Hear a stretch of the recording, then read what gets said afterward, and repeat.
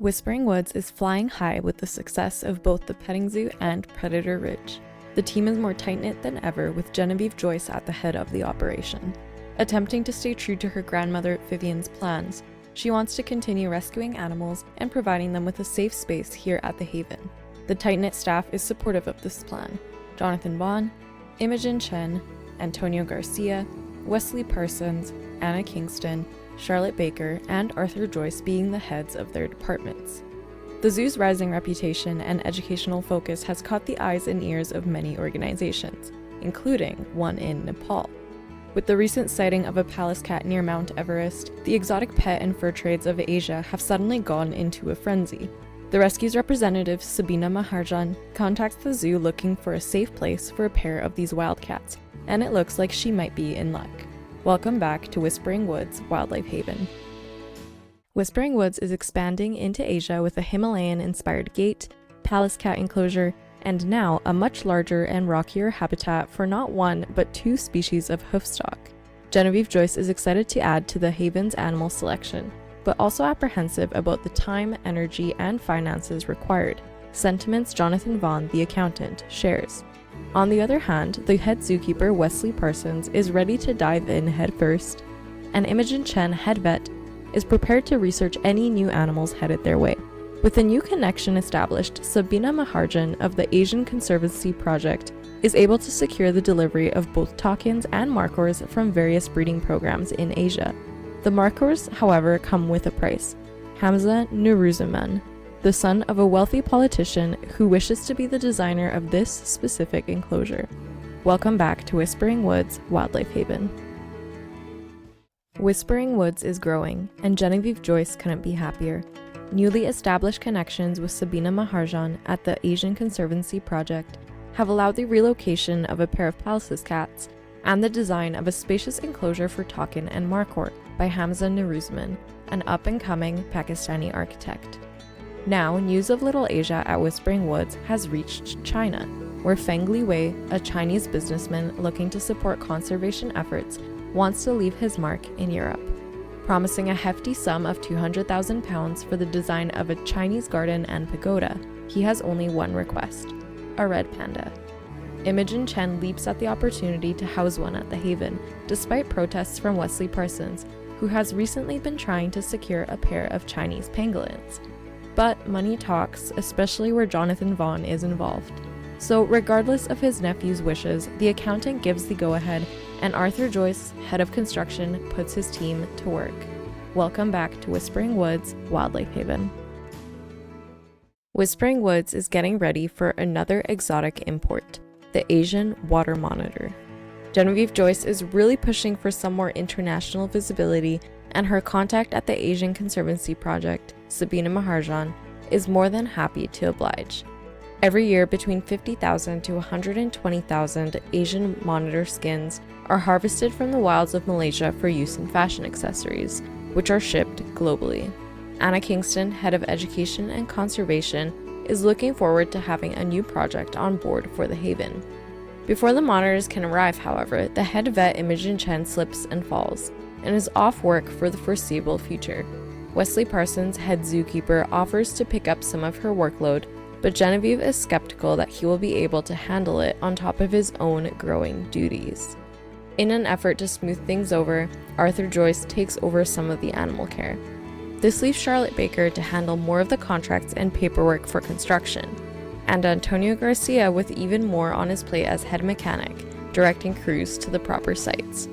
Do you think the staff of the sanctuary can handle this balancing act? Welcome back to Whispering Woods Wildlife Haven. Whispering Woods is enjoying its new status as a conservation facility with the heavily themed Little Asia area. Genevieve Joyce is thrilled to have these exotic Asian species here at the Haven, and equally as excited to have established a close relationship with Sabina Maharjan at the Asian Conservancy Project. Her latest find? A group of Lar gibbons saved from wildlife traffickers. It's a busy time of year, and despite Imogen Chen's recent work accident and an increased workload for the rest of the staff, things are running smoothly. Until, that is, the disappearance of the red panda. Feng Liwei, the sponsor of the Chinese garden, is not happy and threatens to pull financial support if the red panda isn't found in the next 3 days. Fingers are pointed and tensions rise. Wesley Parsons, head zookeeper, accuses Genevieve of trying to grow the Haven much too quickly, while Genevieve believes Wesley has been distracted lately and not fulfilling all of his duties. Arthur Joyce, ever the peacekeeper, steps in to mediate, but Genevieve and Wesley refuse to speak.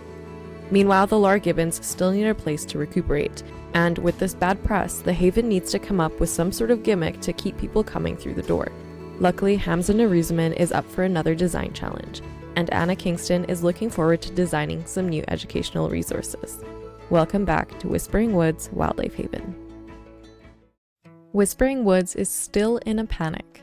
There's only one more day left to find the missing red panda and return it to its pagoda in Little Asia, which Genevieve Joyce noticed has 2 new residents. The Chinese pangolins are only here temporarily, according to Wesley Parsons, but Genevieve is skeptical.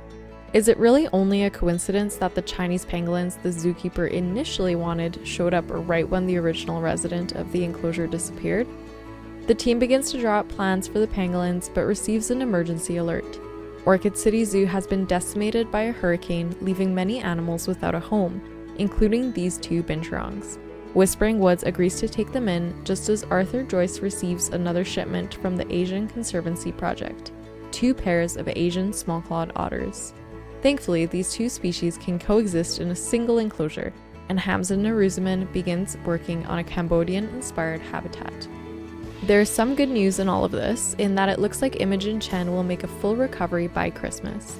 And just in time too, since Sabina Maharjan and Feng Liwei are planning to visit the Haven when Little Asia is complete. Scrambling to get everything together before all of these international connections pay a visit, Genevieve Joyce isn't feeling so good. Welcome back to Whispering Woods Wildlife Haven. Whispering Woods is getting ready.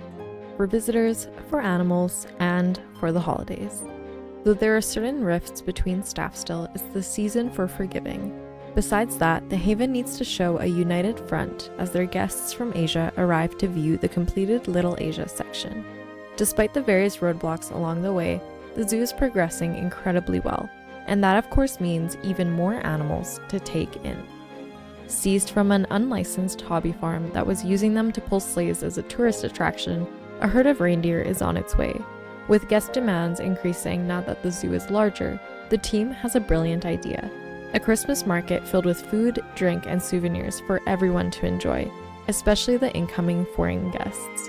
Some finishing touches are added to Little Asia, and the last bit of Christmas decor put up. It's finally time for the holidays, the first ones without Grandmother Vivian. Welcome back to Whispering Woods Wildlife Haven. Whispering Woods is going back to business after the holiday break. The zoo's been stripped of its festive decor, some rehabilitated animals have been released back to the wild, and Genevieve has set her resolution for the new year, getting some African and South American species representation at the Haven. Luckily for her, the Asian Conservancy Project has a partner in Madagascar. Enter Omari Achebe, a volunteer with the Lemur Lifeline. Threatened by deforestation because of corporate greed, the Volunteer Association aims to rescue the injured and displaced animals. But the rescue centers in Madagascar are overflowing, and these lemurs need extra care. Imogen Chen and Arthur Joyce are up to the task, but they'll need the head keeper's help. Wesley Parsons is still quite hurt about the red panda pangolin fiasco. Will he step up to the plate? Welcome back to Whispering Woods Wildlife Haven. Whispering Woods needs to find some animals a proper home, and Genevieve Joyce is on the case. The pangolins brought in by Wesley Parsons as part of the Little Asia project didn't end up securing their spot in the Chinese garden, which means they're unfortunately a bit homeless at the moment. Agreeing to put their differences aside, Genevieve and Wesley begin drafting a proposal. At the same time, Imogen Chen receives an emergency alert from another wildlife park. They have been ordered to evacuate due to a wildfire. Arthur Joyce is set on making the drive up to transport the wallabies to the Haven, but the rest of the team doesn't want to let him do it alone. Much to everyone's surprise, Anna Kingston, head educator and also Arthur's ex-girlfriend, offers to accompany him. With the calm, collected conservation director and the level-headed handyman gone, Genevieve and Wesley are likely to butt heads, especially when working in such close quarters. But as they say, all is fair in love and war. Welcome back to Whispering Woods Wildlife Haven. Whispering Woods and Genevieve Joyce are welcoming a strange assortment of animals from all over the world thanks to the rescue efforts of various organizations and the connections of Imogen Chen and Anna Kingston. These animals have two things in common. One, they all live in dry, arid environments, and two, they have been displaced from their natural habitats because of Silvacorp International, a greedy global corporation. Led by Sylvester Kane, a power and money-hungry man, he has no plans of stopping the various oil drilling, forest cutting, and overfishing practices of his company. Thankfully, there are people all over the world willing to help these displaced animals, including Omari Achebe, who is currently working in Namibia's wildlife shelter after volunteering with the Lemur Lifeline. On the other side of the world, Anna Kingston's close friend, Jimena Alvarez, leads a protest group against Silvacorp in South America, placing heavy emphasis on the harm the company is doing to the environment. The zoo has some big decisions to make. Welcome back to Whispering Woods, Wildlife Haven. Whispering Woods is buzzing with excitement to open the doors to its newest addition, the Desert House. But that can't happen before the grounds around the house are landscaped. Thankfully, Genevieve Joyce has a plan and Arthur Joyce is ready to carry it out. While Antonio Garcia ensures the steam train is running smoothly to bring guests over to this part of the zoo, Imogen Chen is busy taking care of some new animal arrivals. Thanks to Omari Achebe, the Haven's contact at the Namibia Wildlife Shelter, the zoo will soon be home to a caravan of camels and also a few zebras. Anna Kingston is particularly excited as zebras are some of her favorites, and she has an educational talk up her sleeve. Jonathan Vaughn, the accountant, has been taking a bit of a backseat when it comes to finances lately, but he approves of the plans and thinks they honor grandmother Vivian's memory well. He does, however, have one request: that Wesley go back to school to learn more about animal husbandry best practices, which means the zoo is currently without a head keeper. The staff are no strangers to picking up the slack for missing members, which means the opening of the Desert House is full steam ahead. Welcome back to Whispering Woods, Wildlife Haven. Whispering Woods is rescuing one more desert animal, and that's the sand cat. Genevieve Joyce knows this is a highly requested species, and Omari Achebe at Namibia's wildlife shelter has a sand cat in need of rehabilitation. Multiple, in fact. In the absence of Wesley Parsons, who is away at school, Imogen Chen is ready to take the cat in, and Arthur Joyce is already looking into ways to highlight it. To everyone's dismay, Silvacorp International is pushing their projects forward and shutting down anyone pushing back against them. With Sylvester Kane's expansion into Africa, the Namibia Wildlife Shelter is forced to close. The Haven is also hit hard when Genevieve and Arthur discover that their eldest brother, Tristan Joyce, is a shareholder in Silvacorp. Even worse, their other brother, Xander Joyce, works directly for Sylvester Kane as his assistant. Is there any way to redeem this relationship? Welcome back to Whispering Woods, Wildlife Haven. Whispering Woods is forging ahead, despite the setbacks. Genevieve Joyce is determined to battle Silvacorp International, especially knowing her brothers Tristan and Xander are working for the greedy corporation. With Sylvester Kane, owner of Silvacorp, closing the Namibia Wildlife Shelter, Omari Achebe has returned to Madagascar's Lemur Lifeline, and though there are still lemurs left to save, there are also fusas in need of rehoming. Arthur Joyce and Anna Kingston are joining hands in this exhibit design, and spending more time together in general.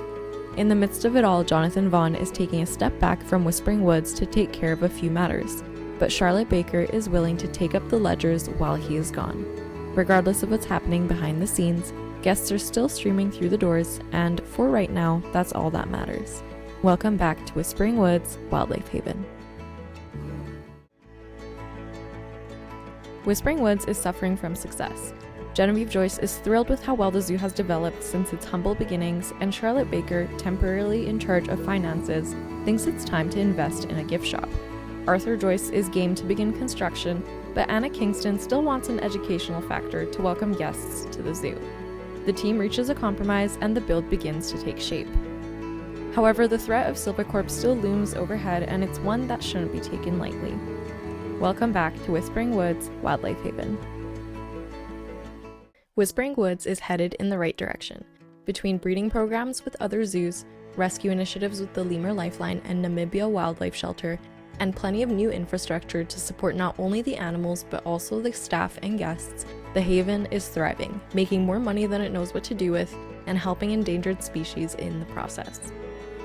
It's also been a year since the first Whispering Woods video on the channel, so we are celebrating. Today, admission to the Haven is half price, our steam train is completely free, and we have educators posted in various locations to help you learn more about the many species we keep here.